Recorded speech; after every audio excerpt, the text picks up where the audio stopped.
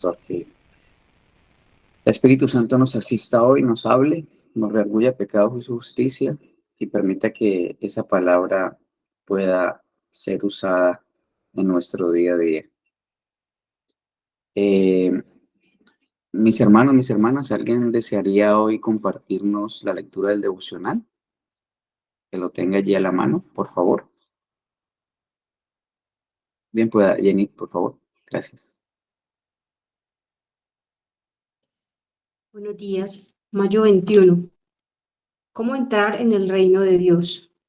En verdad te digo que el que no nace de agua y del Espíritu no puede entrar en el reino de Dios. Juan 3:5.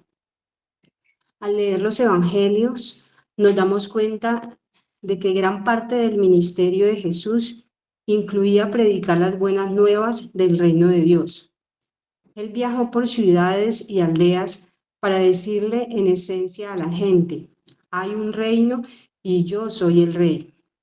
Ustedes no están todavía en el reino, pero si me siguen, serán súbditos del rey y ciudadanos de ese reino. Por lo tanto, cuando oramos, venga tu reino, Lucas 11:2, nuestro deseo debería de ser que los hombres y las mujeres lleguen al reino de Dios mediante el nuevo nacimiento, que se vuelvan seguidores comprometidos de Jesús. Oramos para que los que viven en rebelión contra Dios sean librados del dominio de las tinieblas y trasladados al reino de su Hijo amado. Colosenses 1:13. Jesús dejó perfectamente claro que la única manera para entrar en su reino es a través de este nuevo nacimiento. El encuentro de Jesús con Nicodemo en Juan 3 resalta esta verdad. Nicodemo era un religioso, un hombre de autoridad y de influencia, y sin embargo seguía intranquilo, seguía buscando. Al conversar con él, Jesús señaló el prerequisito necesario para ver su reino y entrar en él: volver a nacer por el Espíritu.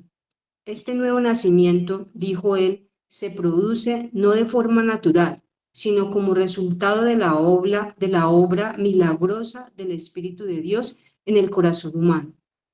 Ninguno puede entrar al reino sin que Dios trabaje en él, y nadie está demasiado lejos del reino para que el Señor trabaje en él.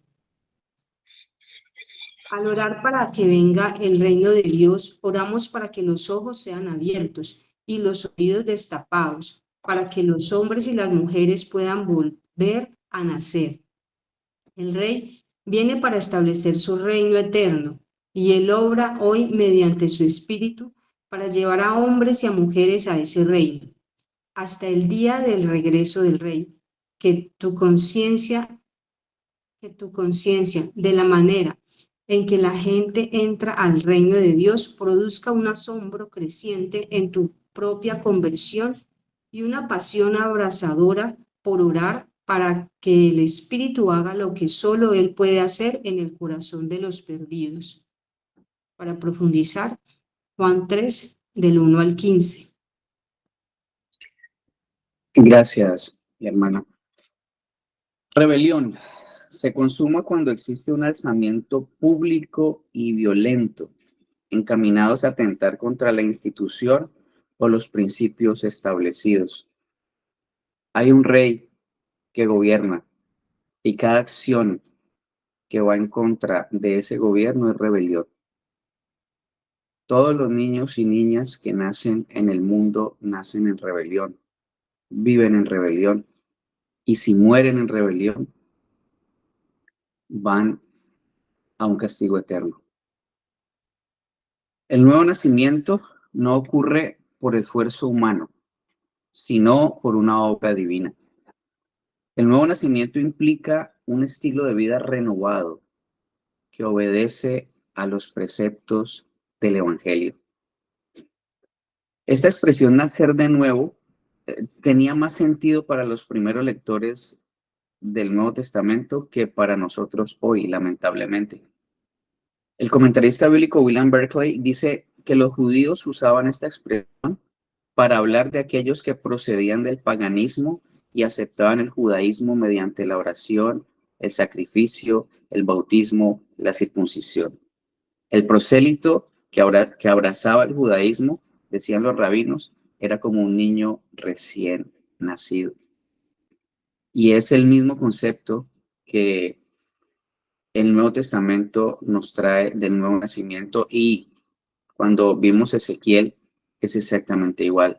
El nuevo nacimiento es aquel que estaba en rebelión, que sus pensamientos, sus acciones, sus deseos iban en contra, iban con deseo de destituir esa institucionalidad, de destituir al rey, que es lo que hace cada ser humano cuando peca. Rebelión.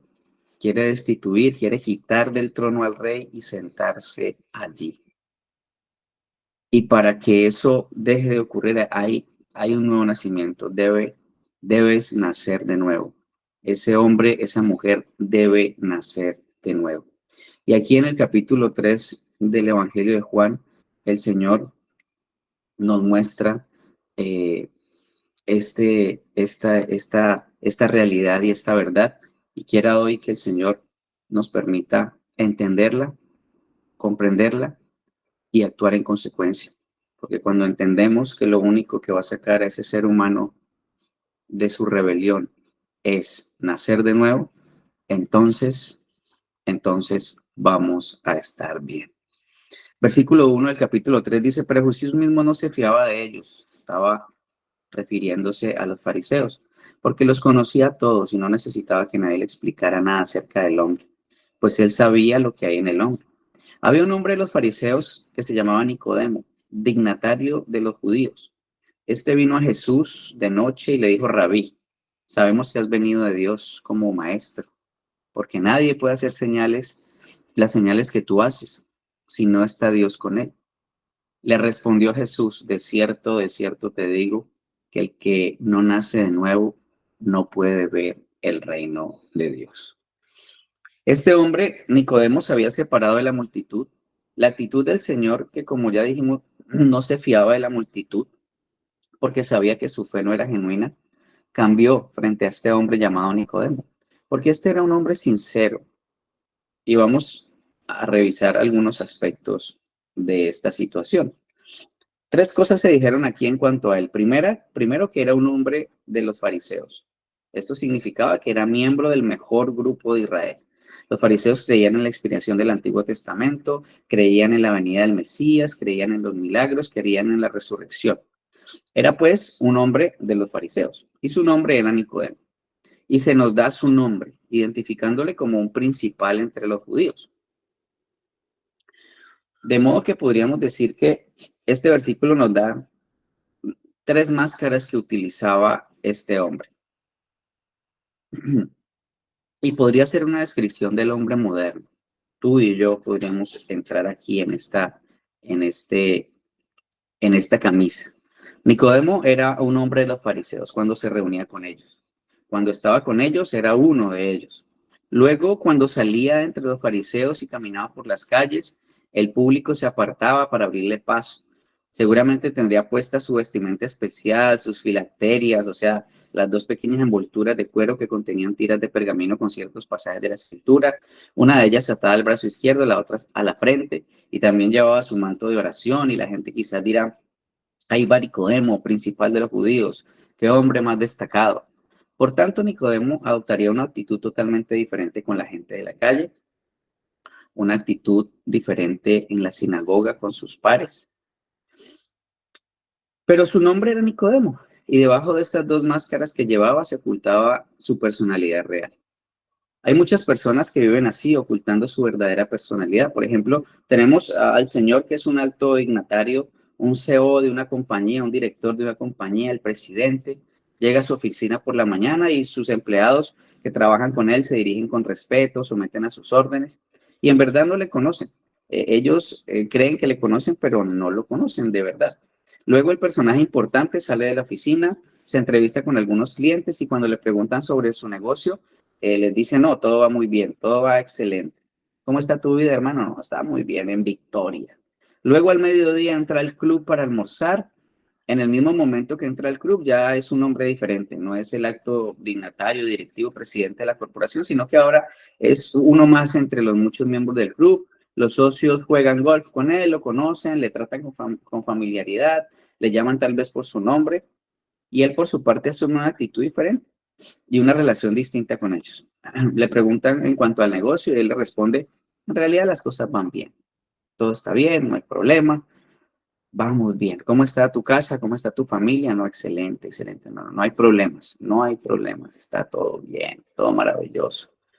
Luego por la noche, después de que cierra las oficinas, cierra el club, vuelve a casa, entra, se quita el abrigo, se sienta en su sillón favorito, se relaja y su semblante cambia y aquí otra vez es un hombre diferente, muy diferente. Su esposa entra a la sala, lo mira, sentado allí desalentado, sin las dos máscaras que había llevado durante todo el día y ya no es el hombre de negocios y tampoco es el socio del club y tampoco es aquel hombre importante que todo el mundo le presta algún tipo de venia, sino que aquí tal vez por el sobrenombre familiar lo llaman y le pregunta a la esposa qué te pasa y él contesta, el negocio anda mal.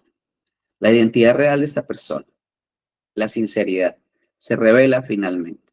Entonces, miramos el versículo 2.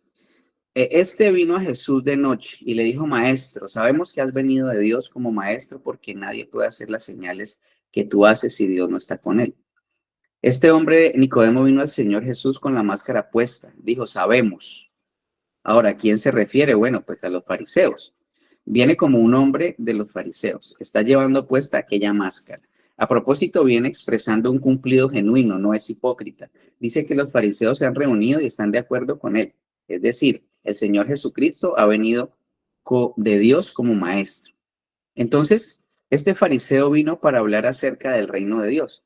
Los fariseos querían establecerlo y liberarse del yugo romano, pero no disponían de los medios para lograrlo. Ahora, aquí viene este que era tan popular entre las multitudes que la gente le seguía donde quiera y lo escuchaba. Por lo tanto, los fariseos querían unirse a él. Ellos creyeron que Jesús había venido de un pueblo pequeño de Galilea y que en consecuencia no debía saber cómo tratar a los políticos. En cambio, ellos sí lo sabían. Y entonces los fariseos creyeron que no sería malo combinar sus fuerzas. Por eso Nicodemo se presentó de una forma algo condescendiente ante Jesús, pero siempre reconociendo que él había venido de Dios como maestro. Ahora, las pruebas que él señaló fueron los milagros. Tenía que reconocer los milagros. Pero tengamos en cuenta que en aquel entonces nadie dudaba sobre la realidad de los milagros del Señor. No en aquellos tiempos.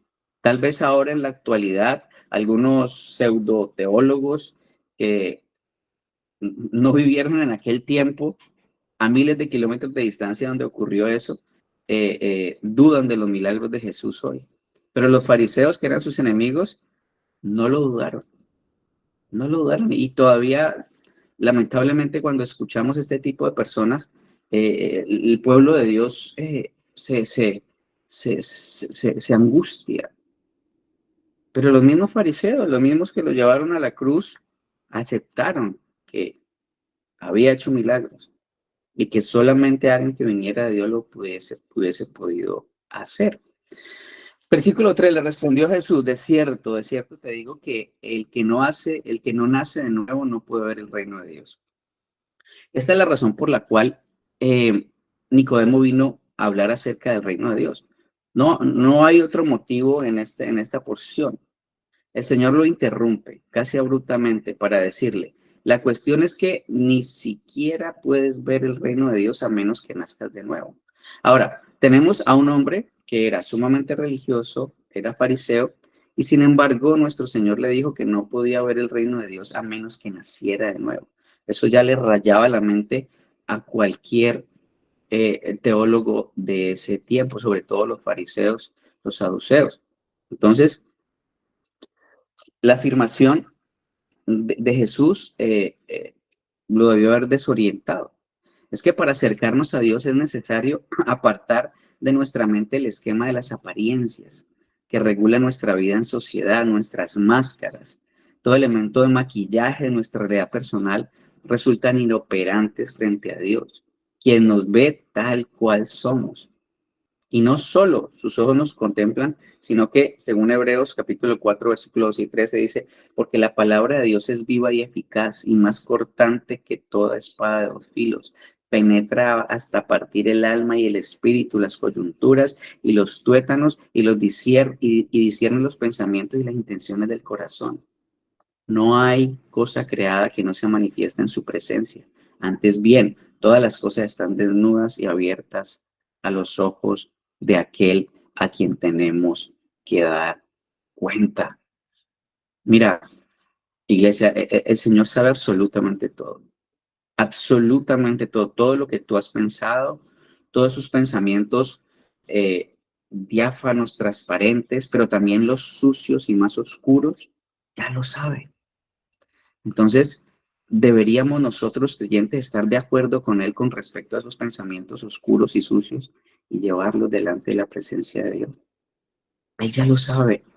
Cualquier máscara que tú te quieras poner, el Señor, ya Él ve lo que está detrás de todo eso. Y por eso el juicio es tan terrible, porque no hay emoción, no hay sentimiento, no hay sensación, no hay deseo que no esté descubierto delante de Dios. Por eso, para todo quien no está en Cristo hay condenación y una eterna condenación. Entonces, su palabra alcanza nuestros rincones más íntimos. Además, nos recuerda que nada de lo que Dios ha creado puede esconderse de Él. Todo está claramente expuesto a quien tenemos que dar cuenta. Este hombre Nicodemo era algo diferente a las personas de la multitud, era un hombre genuino, pero un hombre que tenía dos máscaras, un fariseo principal entre los judíos y era simplemente y él mismo. Habían dos, lo que él hacía allá afuera y tal vez lo que hacía cuando nadie lo veía. Hizo un genuino cumplido a Jesús y nuestro Señor nunca lo acusó de hipócrita.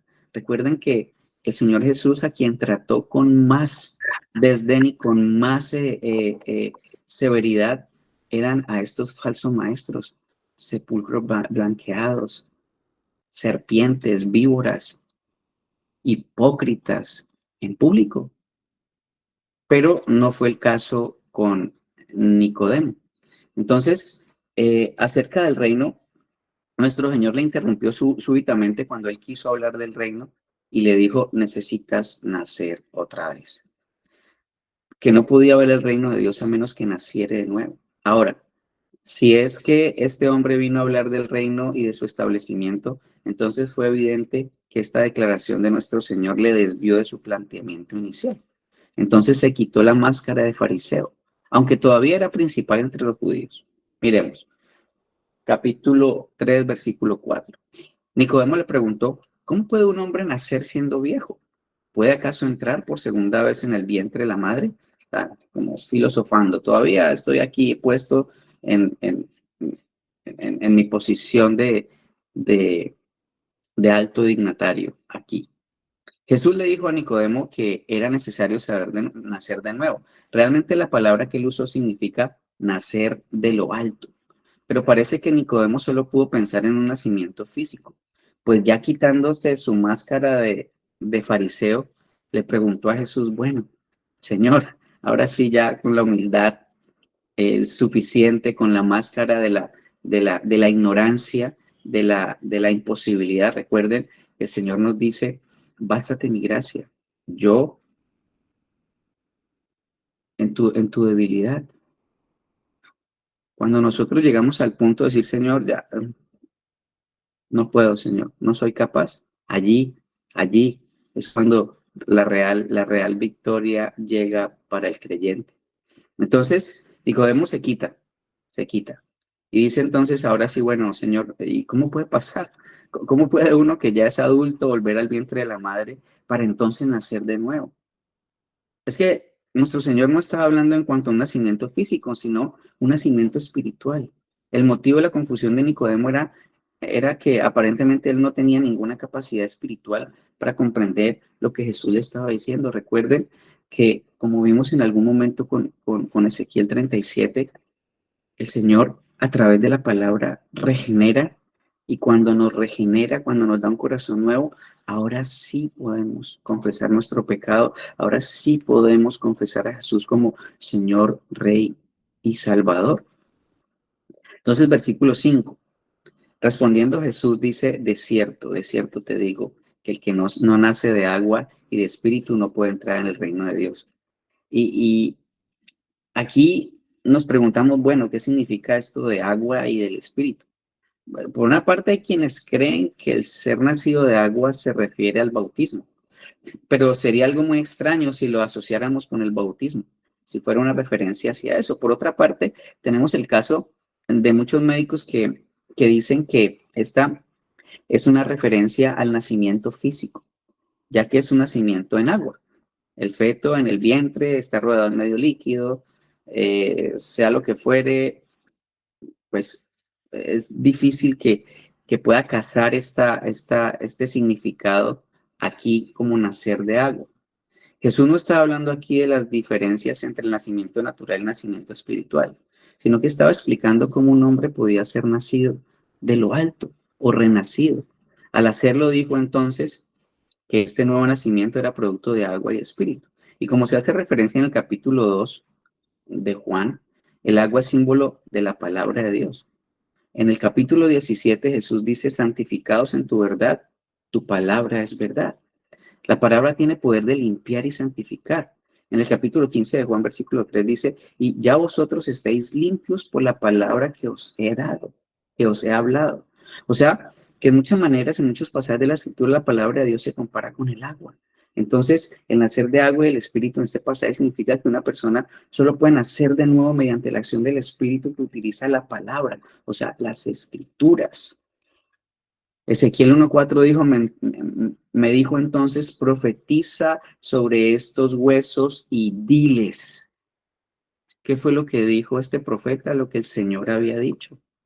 Y lo único que hizo este profeta fue repetir lo que el Señor le dijo, usar la palabra. Y hoy tenemos 66 libros. Profetiza, hijo de hombre, ve allá afuera y dile lo que allí está escrito al mundo, qué es lo que necesita para nacer de nuevo. Y pondré tendones sobre vosotros y haré subir sobre vosotros carne y os cubriré de piel y pondré en vosotros un espíritu y viviréis y sabréis que yo soy Jehová. De la única forma que pueden reconocer allá afuera a Jesús como Señor, Rey y Salvador es a través de la palabra que el Espíritu Santo actúa a través de ella en cada hombre, en cada mujer, en cada niño, en cada anciano. Y esa es la responsabilidad que tiene la iglesia. Profetiza, hijo de hombre. El Espíritu Santo es quien toma las escrituras y las usa. Nadie puede ser renacido sin la palabra de Dios aplicada por el Espíritu de Dios. Y es por eso que Jesús le da tanta importancia al ser nacido de agua y de espíritu. Y es por eso que entendemos todas las locuras que están pasando allá afuera. No son nacidos de nuevo.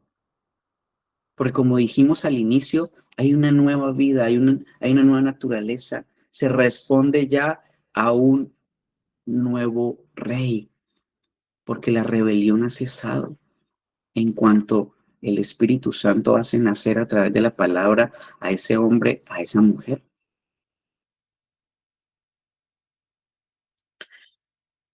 Entonces, es nacido por medio del agua, que es la palabra de Dios, y del Espíritu. Es decir, el Espíritu la convierte en una realidad en el corazón humano. Solamente el Espíritu, por eso la gloria es para Él, porque todo lo hace Él. Entonces, encontramos en el libro de los apóstoles 3 relatos sobresalientes sobre 3 personas que se convirtieron y nacieron de nuevo. Estos relatos nos han sido dados principalmente como ilustraciones. Tenemos la conversión del eunuco etíope. Recuerden que él está leyendo Isaías, no entiende Isaías, y el Señor le manda a Felipe, y Felipe le explica, y esa palabra que Felipe le explica lo hace nacer y lo bautiza. Y él se va gozoso de nuevo para su tierra.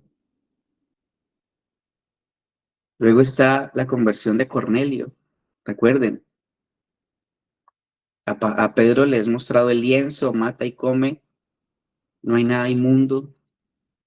Y entonces va donde Cornelio y, y ustedes lo pueden leer allí, esa predicación del evangelio que hace Pedro. Le muestra a Cornelio quién es Jesús, de dónde viene Jesús, qué hizo Jesús y que él vendrá de nuevo. Y entonces se convierte. Y luego viene el apóstol Pablo y se encuentra a Jesús. Jesús le habla. Y luego viene Ananías y luego se bautizan. Se bautiza. Siempre hay un hombre, siempre hay un nacido de nuevo que le habla a un muerto.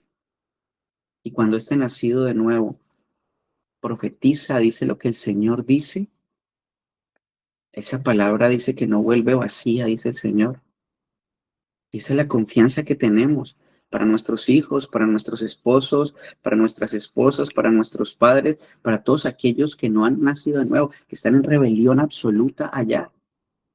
Profetiza, hijo de hombre, dice el Señor. Entonces, cada uno de estos tres hombres, la palabra de Dios fue utilizada por el Espíritu de Dios. Y este es el método para hacer nuevos seres humanos.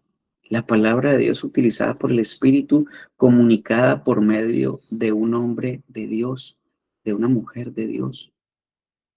Huesos secos, profetiza esos huesos secos. Nuestro Señor Jesucristo, al decir que era necesario nacer de agua y de Espíritu, se refiere a la acción del Espíritu de Dios que usa la palabra de Dios. Sin este nacimiento, Nicodemo ni ningún ser humano puede entrar en el reino de Dios. Versículo 6, lo que nace de carne, carne es, lo que nace de espíritu, espíritu es. La intención de Dios, y esto es muy importante que lo tengamos en cuenta, iglesia, muy importante, la intención de Dios no es cambiar esa vieja naturaleza que usted y yo tenemos. El hecho es que esa naturaleza no puede ser cambiada. Es imposible. La palabra de Dios tiene mucho que decir en cuanto a esta vieja naturaleza que tenemos. La Biblia la llama carne, la carne. El apóstol Pablo en Romanos capítulo 8, versículos 7 y 8 dice, por cuanto los designios de la carne son enemistad contra Dios, porque no se sujetan a la ley de Dios ni tampoco pueden. Y los que viven según la carne no pueden agradar a Dios. Dios no tiene un programa para esta vieja naturaleza que tenemos. No piensa recuperarla, ni mejorarla, ni desarrollarla, ni salvarla. Esa vieja naturaleza tiene que descender a la tumba con nosotros. Y si el Señor viene a la tierra antes que descendamos al sepulcro, entonces tenemos que ser transformados repentinamente, lo cual significa que, que de esa manera nos libramos de la vieja naturaleza, pues nunca, nunca jamás podrá ser obligada a ser obediente al Señor. El Señor Jesucristo dijo, lo que es nacido de carne, carne es. Y esto es un axioma, es decir, una proposición tan clara y evidente que no admite ninguna contradicción porque está demostrada. Es como decir, el sol sale en la mañana. Es un axioma. O sea, tú solamente miras y ves que todas las mañanas sale el sol. Lo mismo es esto. Entonces Dios no intenta salvar esa naturaleza carnal de ninguna manera, porque esta no puede ser recuperada. Esta vieja naturaleza en el futuro será reemplazada por la nueva naturaleza. Este cuerpo tiene que morir. Tú y yo tenemos que morir para recibir ese nuevo cuerpo. Ya al ser renacidos, al ser ese hombre espiritual, al ser regenerado, ya está preparado para recibir el nuevo cuerpo. Pero esta semilla tiene que ser sembrada en la tierra y va a ser brotar algo diferente, algo nuevo. Versículos 7 y 8. No te maravilles que te dije, os es necesario nacer de nuevo. El viento sopla de donde quiere y oye su sonido, pero no sabes de dónde viene ni a dónde va. Así que todo aquel que nace del Espíritu, Espíritu es. Nicodemo que se estaba escondiendo tras su máscara de principal de los judíos, estaba perdiendo la batalla. Y Jesús le explicó este asunto. No puedes decir de dónde viene el viento ni a dónde va. Las corrientes de aire y los vientos son elementos que los seres humanos no podemos controlar. El viento sopla de donde quiere, no podemos hacer nada para desviarlo ni cambiar su rumbo. Hoy tratan de restarle fuerza a los huracanes, por ejemplo, los que ocurren aquí cerca en el Golfo de México, en la región del Caribe, pero hasta el momento no se ha tenido éxito. Pero aunque no nos es posible controlar el viento, sí podemos saber cuándo sopla. Podemos oír su rumor, sentir su roce suave en nuestra piel, ver los árboles y las ramas que se inclinan ante su fuerza. Ahora, no es fácil explicar el nacimiento espiritual, el Señor dijo, el viento sopla de donde quiere, así que todo aquel que nace del Espíritu no lo entendemos completamente. Ilustra la forma en que uno es nacido del Espíritu. No podemos decir exactamente cómo opera el Espíritu de Dios, pero sí nos es posible saber cuándo está obrando en las vidas y los corazones de su pueblo. Y esto es exactamente lo que el Señor estaba diciendo acá. Nuestro Señor había quitado las máscaras de Nicodemo. El hombre se encontraba ante él y ya no era el superfariseo, ya no era aquel hombre importante, sino que ya era él mismo, enfrentado a la deidad. Entonces, en este orden de ideas, por eso no, lo que debemos hacer es simplemente regar la palabra, sembrar la palabra, porque no sabemos en dónde va a germinar, no sabemos en dónde va a nacer. Esa es nuestra responsabilidad, ser fieles, expositores, ser fieles, viviendo esa realidad, esa palabra. Y entonces en el versículo 9 le dice Nicodemo, bueno, ahora ya nada de preguntas necias, nada de preguntas, no, Señor, ¿y cómo puede pasar esto? Con la humildad, con el reconocimiento de que no entiendo, no sé. Ahora Nicodemo, personalidad real, preguntando sobre cómo podían hacerse estas cosas. Y el Señor le habló muy claro. Ahora, nosotros podemos ponernos las máscaras cuando estamos el uno frente al otro. Y hoy en día hay muchos que las llevan puestas. Y cuando están con cierto grupo se comportan de cierta manera. La máscara esconde lo que somos en realidad. Pero cuando venimos al Señor Jesús, tenemos que quitarnos todas esas máscaras. Frente a Él no podemos utilizarlas. Jesús nos ve tal y como somos y nos trata como corresponde. Y tú y yo somos sus hijos. Y tú y yo fue la razón por la cual Él subió a la cruz y recibió el castigo indecible que está merecido para ti y para mí. Todavía estamos jugando a ser creyentes, todavía estamos jugando a ser cristianos, todavía tenemos una máscara en la iglesia, todavía tenemos una máscara en el trabajo, todavía tus jefes no saben que eres creyente, todavía tus empleados no saben que eres creyente. Y eso ocurre en gran manera porque en el fondo no estamos haciendo lo que debemos hacer. Versículo 10. Jesús le respondió, tú eres maestro de Israel y no sabes esto. Hizo una delicada sátira. Le está diciendo a Nicodemo que era el super mega principal y estaba actuando como si Jesús estuviese diciendo algo que no podía ser cierto.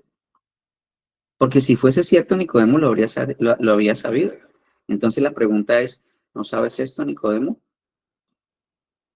Ahora la pregunta es, ¿no sabes esto? Y no sé, David, Alejandro, Paola, Silvana, Eduardo, ¿no sabes esto? Pongamos el nombre de cada uno. ¿No sabes que hay que nacer de nuevo? ¿No sabes que Jesús vino a morir por ti, por tus pecados pasados, presentes y futuros? ¿No sabes que tu cuerpo tiene que ir a la tumba para que nazcas de nuevo? ¿No sabes? ¿No sabes que vas a estar delante de Dios un día y Él te va a pedir cuenta de todo lo que hagas, siendo creyente o siendo infiel? de cierto te digo, que de lo que sabemos hablamos y de lo que hemos visto testificamos, pero no recibís nuestro testimonio. Si os he dicho cosas terrenales y no creéis, ¿cómo creeréis si os digo cosas celestiales? Nadie subió al cielo, sino el que descendió del cielo, el Hijo del Hombre que está en el cielo. Iglesia, todavía después de 20 años, estamos otra vez tomando la leche espiritual. Todavía no podemos consumir alimento sólido. Todavía no podemos hablar de las maravillas más profundas, sino todavía hay que nacer de nuevo. Jesucristo es Hijo de Dios, está sentado a la derecha del Padre, vino y murió por tus pecados. Y todavía estamos allí, allí, allí, ese pueblo de Israel caminando 40 años en el desierto, pudiéndolo haber pasado en 40 días.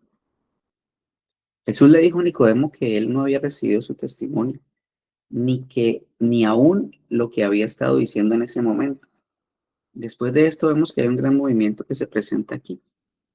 Nuestro Salvador dice en capítulo 16, Juan, en el versículo 18, salí del Padre y he venido al mundo, y otra vez dejo el mundo y regreso al Padre. Ahora, aquí en este versículo 13 dice, nadie subió al cielo sino el que descendió al cielo. Nadie subió al cielo sino el que descendió al cielo. El Hijo del Hombre está en el cielo. En otras palabras, en aquel momento, él era el único que podía haber sabido sobre el cielo porque era el único que había estado allí. Más adelante podemos ver a Pablo que estuvo allí y tenía un aguijón y para que no se ensoberbeciera su corazón, para que no tuviera inflamación de corazón, el Señor le tenía allí eh, eh, un enviado de Satanás que lo abofeteara. Pero aquel momento era solo el Señor.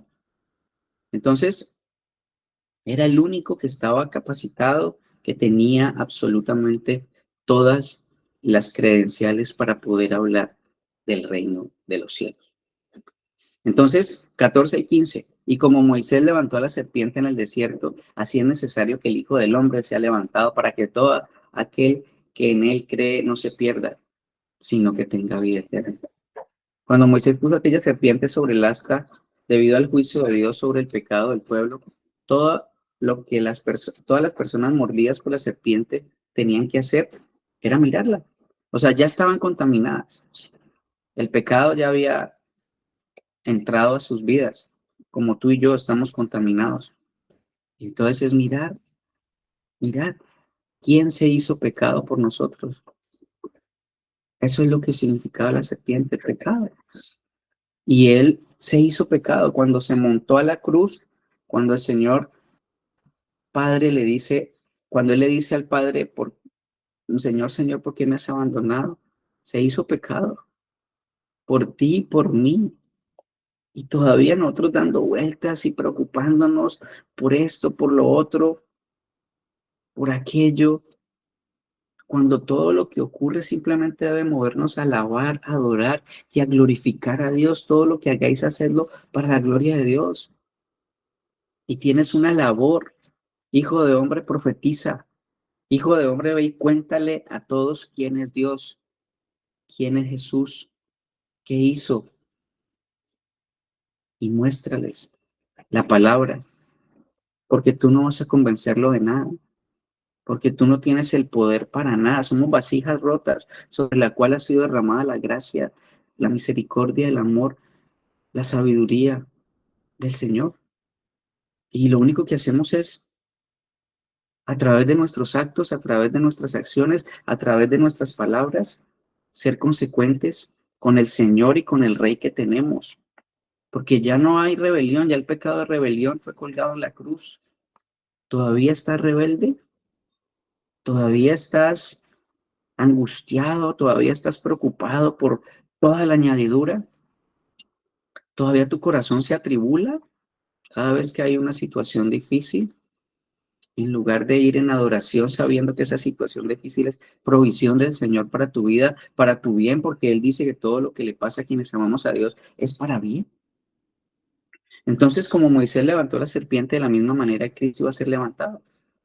Esa serpiente representaba el pecado del pueblo y Cristo fue hecho pecado por nosotros en la cruz, porque Él allí llevó nuestros pecados.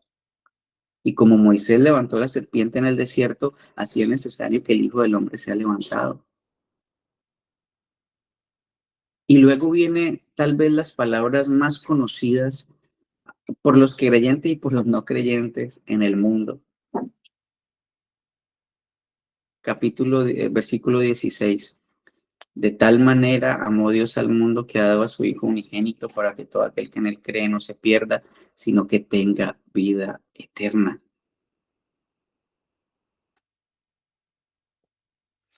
Lo primero es que nos dice que es necesario saber nacer de nuevo, y lo segundo es que es necesario que el Hijo del Hombre sea levantado. Estas se encuentran relacionadas. Se requiere la muerte y la resurrección del Señor Jesucristo, que Él sea levantado, y siendo que Él ya ha sido levantado y ya ha llevado nuestro castigo, ahora el Espíritu de Dios puede regenerarnos, puede hacernos nacer de nuevo. Pero no olvidemos que es necesario e imprescindible nacer de nuevo. Es la única manera por la cual Dios nos puede recibir. Ahora, la motivación de todo esto es que Dios amó al mundo, pero nunca Dios dice que salvó al mundo por medio de su amor. Dios dice aquí que el amor de Dios salvó al mundo, porque el amor de Dios de por sí es su gracia. Dios salva por gracia. Capítulo 2, versículos 8 y 9, porque por gracia sois salvos por medio de la fe, y esto no es de vosotros, pues es don de Dios, no por obras para que nadie se gloríe. Ahora, ¿cómo salva Dios a un pecador? Por su gracia, por su gracia. Porque de tal manera amó Dios al mundo que ha dado a su Hijo unigénito para que todo aquel, David, Andrés, Jenny, Paola, Alejandro, Eduardo, Silvana y todos los que no alcanzó a ver desde aquí, para que todo aquel, ponle el nombre allí, que en él cree no se pierda, mas tenga vida eterna. Es por su gracia. Ahora, cree. Esta pequeña preposición antes de cree significa en Cristo. Todo aquel que en él cree, en Cristo. Recuerde que estamos juntamente crucificados. Estamos en Cristo todos. O sea, yo te pertenezco a ti, tú me perteneces a mí y todos le pertenecemos a Cristo. Por eso esa coinonía, por eso esa relación entre creyentes, no el domingo, sino de lunes a sábado en la noche, es tan necesaria, es tan importante. Somos un cuerpo. Yo te pertenezco, tú me perteneces, porque estamos en Cristo y todo le pertenecemos a Él. Entonces, es necesario que crea que Jesús murió por usted. Versículos 17 y 18. Dios no envió a su Hijo para condenar al mundo, sino para que el mundo sea salvo por él. El que en él cree no es condenado, pero el que no cree ya ha sido condenado porque no ha creído en el nombre del unigénito Hijo de Dios. Aquí Jesús vino la primera vez y no llegó como juez. Esto quedó bien claro en su conversación con aquel hombre en Lucas capítulo 12. En el versículo 14 dice: hombre, ¿quién me ha puesto sobre vosotros como juez o partidor? Jesucristo no vino como juez la primera vez que llegó a la tierra, es como Salvador, pero la segunda, la próxima vez que venga, ya no vendrá como Salvador. Recuerden que tiene en su boca esa espada encendida, esa espada que va a levantar juicio en contra de cada ser humano de la tierra, en contra de la creación misma. Por eso el tiempo es ahora para arrepentirse, por eso el tiempo es ahora para mirar a ese que ha sido levantado, a ese que se hizo pecado por ti, a ese que fue castigado para evitar que tú seas castigado. Entonces, Jesús dijo que Dios no lo envió al mundo para condenar al mundo, sino para que el mundo sea salvo por medio de él. Y el que no cree en él ya ha sido condenado. Si usted no cree, ya está condenado. ¿Por qué? Porque no ha creído en el nombre del unigénito Hijo de Dios. Vas para el infierno. Y eso no nos gusta ni escucharlo ni decirlo, pero es lo que el Señor dice. ¿Por qué te cuesta tanto todavía decirle a otro que va a ir al infierno? Pero recuerden que hay que hacerlo con gentileza, con amor.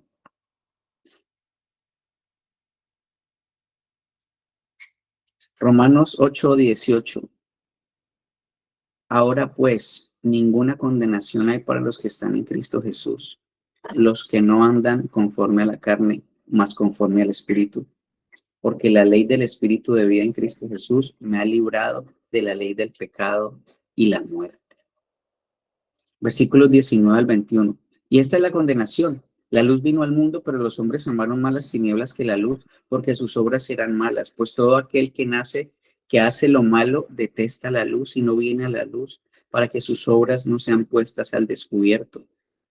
Pero el que practica la verdad viene a la luz, para que se ponga manifiesto que sus obras son hechas de Dios. Somos libros abiertos. Deberíamos ser libros abiertos. Cualquier persona podría ver nuestra vida y lo único que podría encontrar ahí es la testificación, es la muestra del reino de los cielos aquí en la tierra.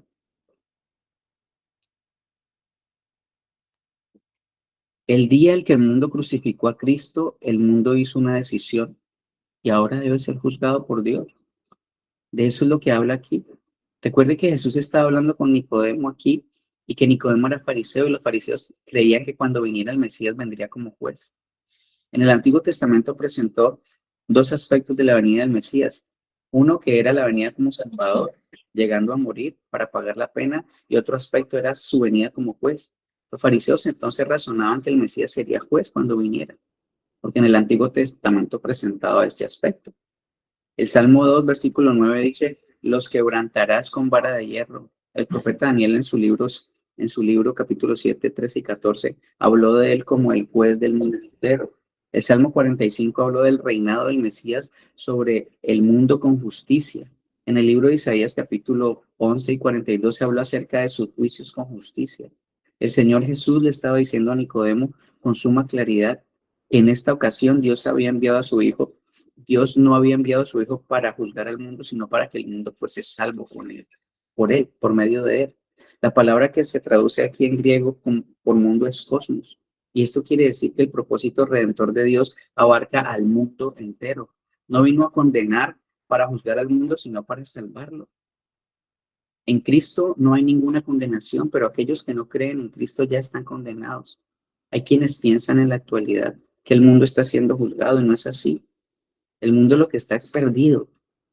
El mundo lo que está es alejado de Dios. Y ese alejamiento de Dios hace que los corazones de los hombres se vuelvan cada vez más duros. Y cada vez el trato entre hombres, entre seres humanos va a ser más recio. ¿Por qué? Porque cada vez hay más distancia entre ellos y su creador. Entonces, el mundo no está siendo juzgado, el mundo está perdido. Y es lo que debemos explicarle a la gente. Mire, esto es juicio de Dios, el juicio de Dios ha llegado. No, no, cuando lo veamos en las nubes llegar, allí sí, corra y escóndase detrás de las rocas y ruegue que las rocas le caigan encima. Pero eso no va a pasar. Entonces, el mundo está perdido y nosotros vivimos en un mundo perdido que no necesita esperar a un juicio final para comprobar que está perdido. Solo basta con mirar alrededor y notaremos cuán lejos el mundo está de su Señor. Y allí está la labor de cada nuevo nacido, dar testimonio fiel de aquel que vino y ha de venir. Entonces, en su conversación con Jesús, Nicodemo lo entendió como, de nuevo, en Juan 3:14, como un nuevo nacimiento. Pero este nacimiento no ocurre por esfuerzo humano, sino también por una obra divina. Todos los que nacieron les dio derecho, el poder de ser de llegar a ser hijos de Dios. Es decir, a los que creen en su nombre, que no nacieron de sangre, ni de voluntad de carne, ni de voluntad de hombre. Juan 1, 12, 13. Y en otros pasajes bíblicos vemos que el nuevo nacimiento es obrado por Dios en nosotros mediante su palabra. Primera de Pedro 1:23 dice, pues han nacido de nuevo no de una simiente corruptible, sino de una que es incorruptible, es decir, mediante la palabra de Dios que vive y permanece. Y es que la palabra de Dios en este contexto, como dijimos, es el evangelio, es esa agua que limpia. Primera de Pedro 1:25, más la palabra del Señor permanece para siempre, y esta es la palabra que por el evangelio os ha sido anunciada. Y es la narración de los eventos históricos, la vida y la obra redentora de Cristo que revelan su gloria. Y esta narración por el Espíritu Santo produce un nuevo nacimiento y despierta la fe, porque la fe viene por el oír y el oír la palabra de Dios. ¿Cómo ha sido tu vida desde que naciste de nuevo? ¿Experimentaste un cambio radical y profundo? ¿Fue una transformación evidente y divina? ¿O más bien se trató del resultado de tus esfuerzos humanos y todavía necesitas nacer de nuevo? El nuevo nacimiento es un cambio radical y es necesario. Es efectuado y otorgado por Dios para que por medio de la fe podamos abrazar de forma consciente a la persona de Jesús como el Salvador, Señor y el tesoro de nuestra vida. Examinemos nuestras vidas a la luz de esta verdad y vivamos como hombres y mujeres que han nacido de Dios, que vencen al mundo, que traen la gloria del Padre frente a los ojos del mundo. Primera de Juan 5:5 dice, ¿quién es el que vence al mundo sino el que cree que Jesús es el Hijo de Dios? Padre Celestial.